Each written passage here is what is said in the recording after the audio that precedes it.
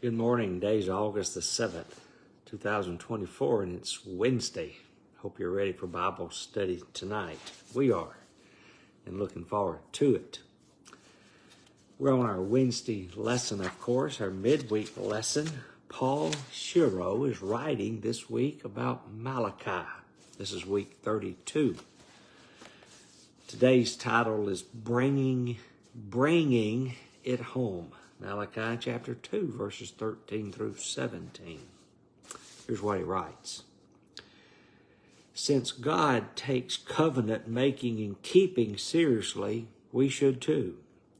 God was there when you made your marriage vows. Wow. I think we know that, but do we really realize it? God was there when you made your marriage vows. But you say, why does he not? Because the Lord was witness between you and the wife of your youth, to whom you have been faithless, though she is your companion and your wife by covenant. Did he not make them one? With a portion of the Spirit in their union? And what was the one God seeking, he asked? Godly offering. So guard yourselves in your spirit, and let none of you be faithless to the wife of your youth. Malachi chapter 2, verse 14 and 15. God was not only there, he was part of the ceremony. He was part of the covenant. A covenant between the man, his wife, and God's Spirit. When this covenant is violated, more happens than new addresses. Malachi called divorce a violent act. Malachi called divorce a violent act. God hates divorce. We should too. Everything in our lives affects everything else. Our moral actions affect our worship, our prayers, and our future. For the man who does not love his wife but divorces her, says the Lord God of Israel, covers his garment with violence, says the Lord of hosts. So guard yourselves in your spirit and do not be faithless. Malachi chapter 2 and verse 16. He writes, love is not what we feel, it's what we do. Now boy, that's a good statement. Love is not what we feel, but love is what we do. When we break our faith in one area, home, the cracks spread to all areas, worship, children, even the future. The attitude of indifference to God's will in our personal lives spreads to every area of our lives. We even begin to believe lies about the covenant. We even begin to believe lies about the covenant that we made with God. You have wearied the Lord with your words. But you say, but have we wearied him? By saying, everyone who does evil is good in the sight of the Lord, and he delights in them, or by asking, where is the good of justice? Malachi chapter 2 and verse 17.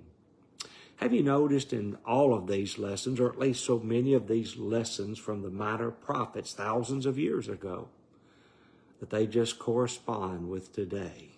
They tell us so much about our lives today. God expects and demands our obedience to the covenant we made. The first offering we bring to God is ourselves. I appeal to you, therefore, brothers, by the mercies of God, to present your bodies as living sacrifices, holy and acceptable to God, which is your spiritual worship. Romans chapter 12 and verse 1.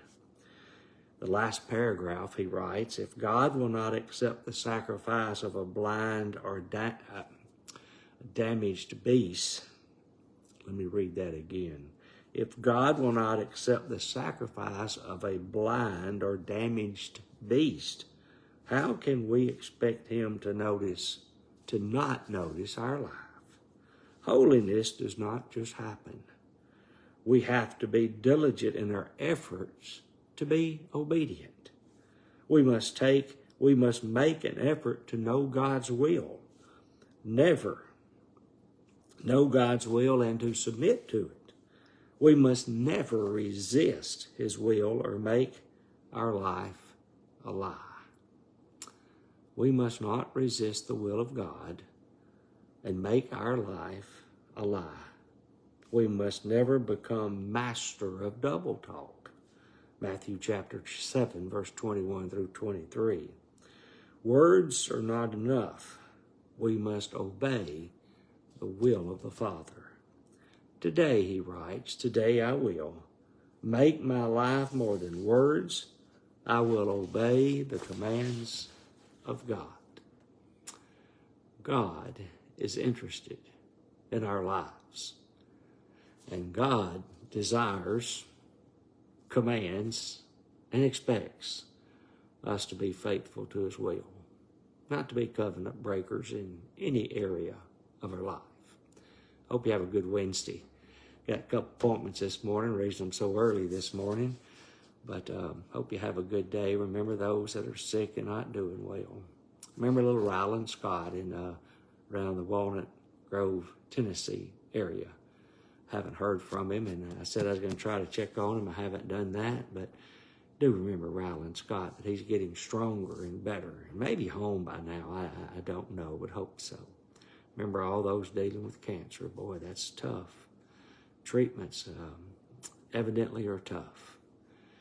Remember those that are doing well, those that have recovered, and thank God for all the good things in our lives. Have a good day, and I'll see you sometime in the morning.